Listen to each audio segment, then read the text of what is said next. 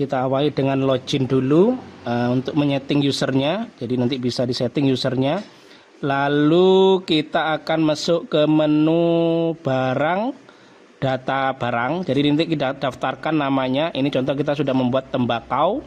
Contohnya seperti ini, tembakau A atau tembakau grade A boleh, nanti satuannya kilo.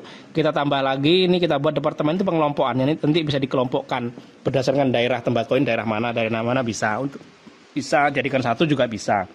Contoh kita ini ambil satu, kita buat aja contohnya ini tembakau grade B contohnya gitu. Satuannya nanti kita isi aja kilo, contohnya seperti itu.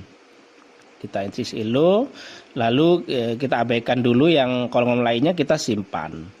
Seperti ini membuatnya, kita buat lagi untuk contoh lagi, contohnya 01 juga, kelompok 1 tembakau grade nanti mungkin C, nanti penamaan nanti bisa beda, mungkin setiap tempat usaha mungkin beda, ini contoh aja. Nah, nanti kita buatkan seperti ini, grade C, seperti ini, satuannya sama, satuannya kilo. Nah, lalu kita bisa simpan.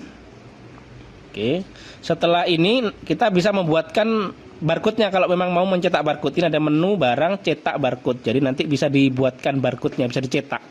Jadi kode-kode yang kita buatkan otomatis tadi bisa dibuatkan barcode-nya. Jadi kita masuk ke cetak barcode, kita pindahin ke sebelah kanan, mau mencetak berapa barcode untuk produk ini nanti bisa.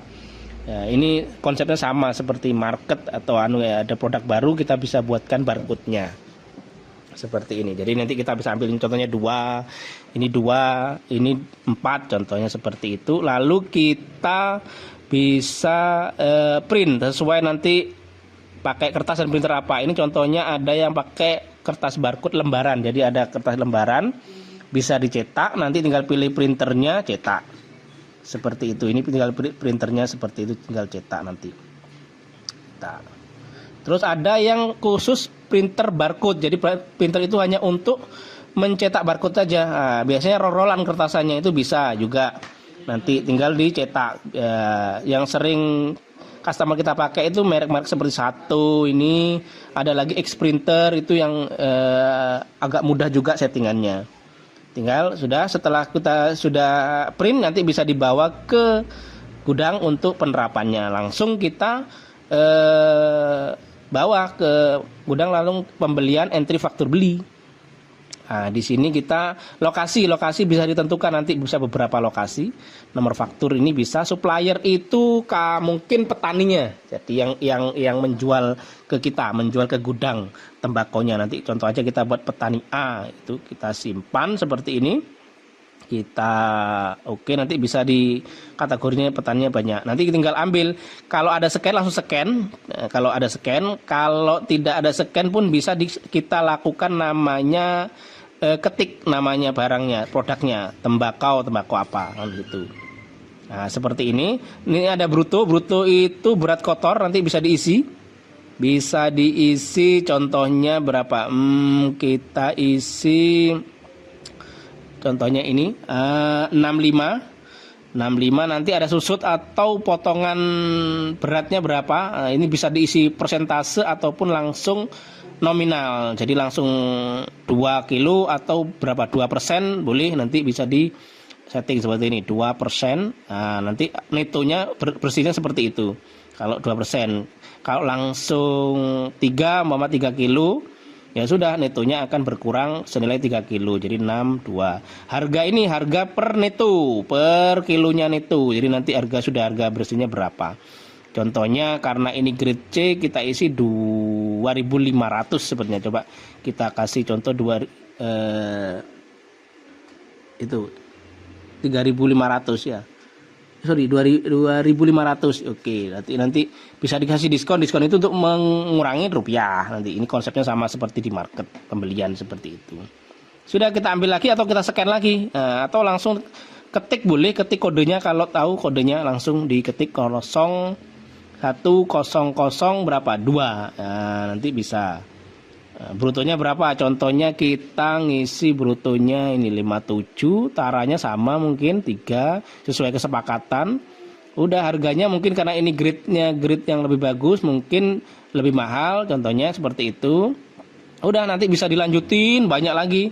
Tidak hanya 2, nanti bisa 10, bisa langsung 30 item sekaligus ke petani ini bisa nanti. Setelah ini selesai baru kita pastikan lagi bahwa ini nggak salah, kita klik bayar. Nah ini ada kolom bayar. Kalau kolom bayar berarti waktu barang ini datang langsung dibayar tunai, selesai. Atau bisa jadi transfer, jadi waktu ini barang selesai diterima langsung ditransfer, itu transfer. Tapi kalau masih tempo, ini bisa transfer. Kalau masih tempo, masih dibayar nanti sore atau besok atau lusa lagi, itu bisa dimasukkan ke hutang, nanti diisi terminnya, jatuh temponya nanti bisa diisi. Seperti ini diisi, tinggal mungkin 10 kita simpan. Nah, ini bisa dicetak nanti. Untuk bukti nota nanti bisa dicetak, mau nyetaknya pakai kertas yang ukuran berapa kita sudah siapin, nanti bisa dimodif lagi tampilannya. Ini 7 cm 21 cm. Nah, nanti coba kita cek yang 7 cm itu seperti ini, nanti bisa dimodif lagi nanti untuk desainnya, tampilannya sesuai keinginannya nanti. Ini ada yang contoh yang 21 senti seperti ini. Jadi bisa dimodif lagi apa aja yang harus dimunculkan di nota tersebut. Lalu setelah selesai ini dia akan otomatis tercipta di pembelian, laporan pembelian akan muncul laporan detail belinya. Nah, ini per mulai tanggal berapa sampai tanggal berapa bisa di search, bisa dicari nanti. Seperti ini, jadi historinya ada, akan terrecord. Ini bisa nanti bisa dicari per petani juga bisa. Terus ada akan tercipta daftar hutang karena dia tadi masih hutang, jadi kita bisa masukkan daftar hutang seperti ini ke petani A senilai ini. Setelah daftar hutang, kalau kita mau bayar, ini ada menu entry bayar hutangnya untuk melanjutkan pelunasan. Umpama besoknya atau sorenya bisa nanti suppliernya diisi, bisa diambil. Setelah tersimpan tadi semua akan masuk ke barang data barang, stoknya akan masuk. Oh, ini lokasinya TK, tadi kita settingnya di gudang, itu TK yang ada, yang contoh pertama aja, yang kedua kan nggak ada. Ini lokasinya gudang, jadi nanti bisa di setting beberapa lokasi kalau memang produknya ada di beberapa lokasi stoknya. Seperti ini, contohnya ini kita ke gudang, nah itu ada tembakau grade B dan C sesuai netonya setelah dikurangi tara tadi. Nanti umpama pengen tahu brutonya berapa, itu masih ada historinya, masih kesimpan juga. Tuh kita cek di kartu stok, dari histori stok itu dari mana itu akan bisa dibaca. Jadi masih bisa dibaca seperti ini. Nah, ini mulai tanggal berapa ada pembelian, stoknya berapa. Siapa yang melakukan itu akan ke record semua, dan harga modal juga sudah otomatis akan masuk ke data barang. Yang awalnya tadi kita tidak set ada HBT, ada rata-rata, harga beli terakhir dan rata-rata. Udah, setelah ini nanti mungkin bisa produk ini langsung dilakukan penjualan langsung. Umpama langsung kita beli, gudang ini beli langsung dijual, tidak diproses lagi, bisa. Jadi nanti ada penjual, entry faktur jual, nanti bisa langsung dijual. Atau masih mau diproduksi, dikeringkan dulu, nanti stoknya akan berkurang, itu bisa nanti.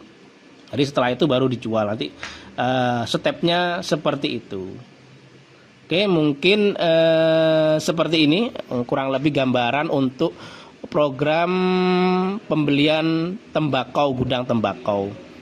Semoga bermanfaat. Apabila masih bingung bisa ditanyakan ke tim Estoh Software. Terima kasih. Salam enter.